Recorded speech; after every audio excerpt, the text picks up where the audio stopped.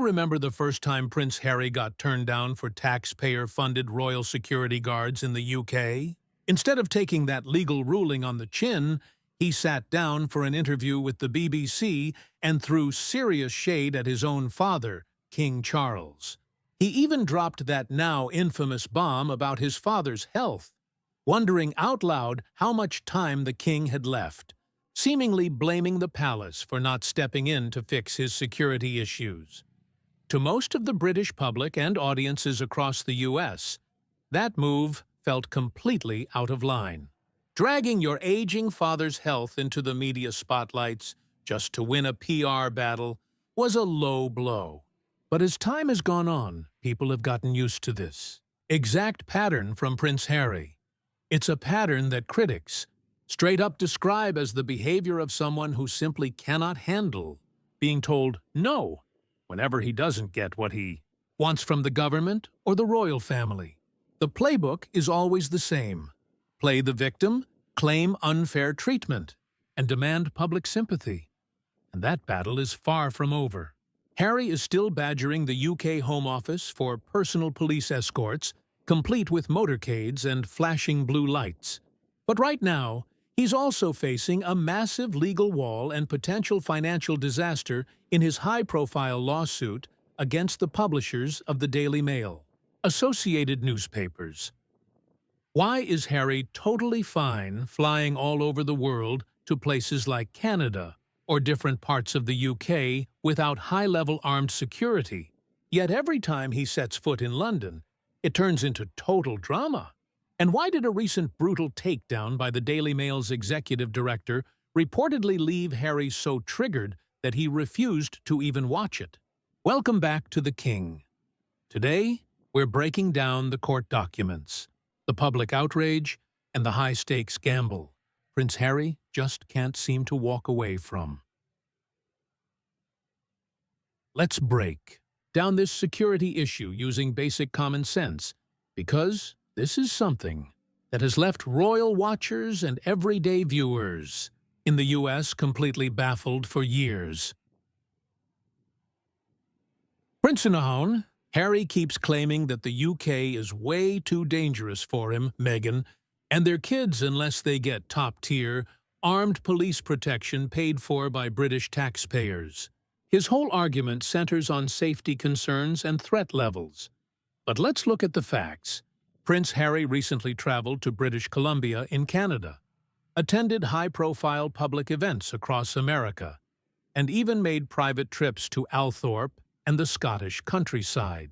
Every single one of those trips went off without a hitch, safe, smooth, and completely free of incidents, even without a team of government-funded armed bodyguards. So why does it suddenly become a catastrophic crisis the second he lands in London? A lot of legal experts and media insiders believe this isn't really about physical safety anymore. It's about status. What Harry really wants are the status symbols his brother, Prince William, gets: the official motorcades, the police escorts, and the full VIP security suite reserved for working royals who serve the crown full-time. When you step down from your official duties, stop doing public service, and move to a foreign country to pursue multi-million-dollar entertainment deals, you give up those taxpayer-funded perks. Period. But Harry seems completely incapable of accepting the consequences of his own choices. He wants the freedom and the big Hollywood paydays, but he still expects the British public to foot the bill for his royal perks. That refusal to compromise is why everyday people are losing patience. People see a massive disconnect between his talk of independence and his endless demands for government privileges. On top of the security saga, Harry is locked in another high-stakes war: his massive lawsuit against Associated Newspapers. The publishers of the Daily Mail recently, the editorial director of the Daily Mail released a scathing video breakdown dissecting Harry's lawsuit line by line. He basically dismantled Harry's entire case, exposing how weak and full of holes his legal arguments actually are. Reports coming out of Harry's circle claim the prince was so triggered by the video that he refused to even watch it. Even though his own legal team advised him to watch it so he could get a reality check on how bad his position is looking, Harry reportedly refused to face the facts. Why such an emotional reaction? Because for years, Harry convinced himself that he was on a heroic crusade and that the courts would hand him a sweeping victory over the British tabloids. But the legal system doesn't run on personal grudges or hurt feelings.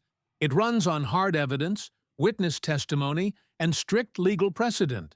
Harry's high-priced attorney, David Sherborne, has tried everything to keep this case afloat.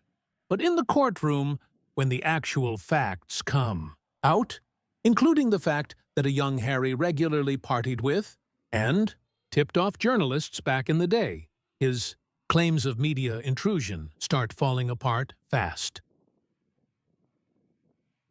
T2T. Public is watching a deeply concerning pattern play out. Whenever the facts don't match Harry's narrative, instead of taking a step back, he lashes out at the system, calls the courts biased, and claims everyone is out to get him. If you track Prince Harry's track record since he packed up and left the UK in 2020, one clear trait keeps popping up: his habit of acting or speaking impulsively before thinking things through. Remember when a court ruling didn't go his way recently, and he instantly blurted out that the decision was a total whitewash? Calling a formal judicial ruling a whitewash isn't just an attack on the press. It's a direct insult to the judges and the entire legal system. Throwing a public temper tantrum just because you lost in court completely undermines your own legal standing. We saw that same emotional impulsiveness when he recruited big-name celebrities like Sir Elton John, David Furnish, and Elizabeth Hurley to jump on his lawsuit. Harry wanted to create this dramatic narrative of Hollywood stars uniting against the media. But as the case drags on and the evidence gets shaky, the celebrities pull back into the shadows, leaving Harry holding the bag all by himself. To the public, Harry's stubborn refusal to listen to expert advice shows a huge disconnect from reality. He thinks he's fighting a righteous war to fix the media, while legal experts and everyday viewers see a guy burning through millions of dollars in legal fees for a personal vendetta that's destroying whatever is left of his reputation. The spoiled brat label keeps sticking to Prince Harry in the headlines and across social media comment sections, and it's not hard to see why. Right now, regular people in the US and the UK are dealing with real-world problems: high inflation, soaring bills, and tough economic times. In the middle of all that, watching a prince living in a Montecito mansion complain on TV, sue governments for free security, and bash his family for clout comes off as completely out of touch. For King Charles and Prince William, Harry's behavior is both a massive headache and deeply exhausting. As both a father and a reigning monarch, King Charles has to balance family love with the rule of law. The king knows he can't just order the police to give special treatment to a family member who quit his job as a working royal. Prince William, on the other hand, drew a hard line in the sand a long time ago. William understands that being a royal requires discipline, respecting the rules, and putting public duty ahead of personal ego. Watching his brother trigger media drama and drag the family through messy court cases has only proven to William that keeping his distance was the smartest move he ever made. A massive reality check is crashing down on Prince Harry. You can't force a court to do what you want.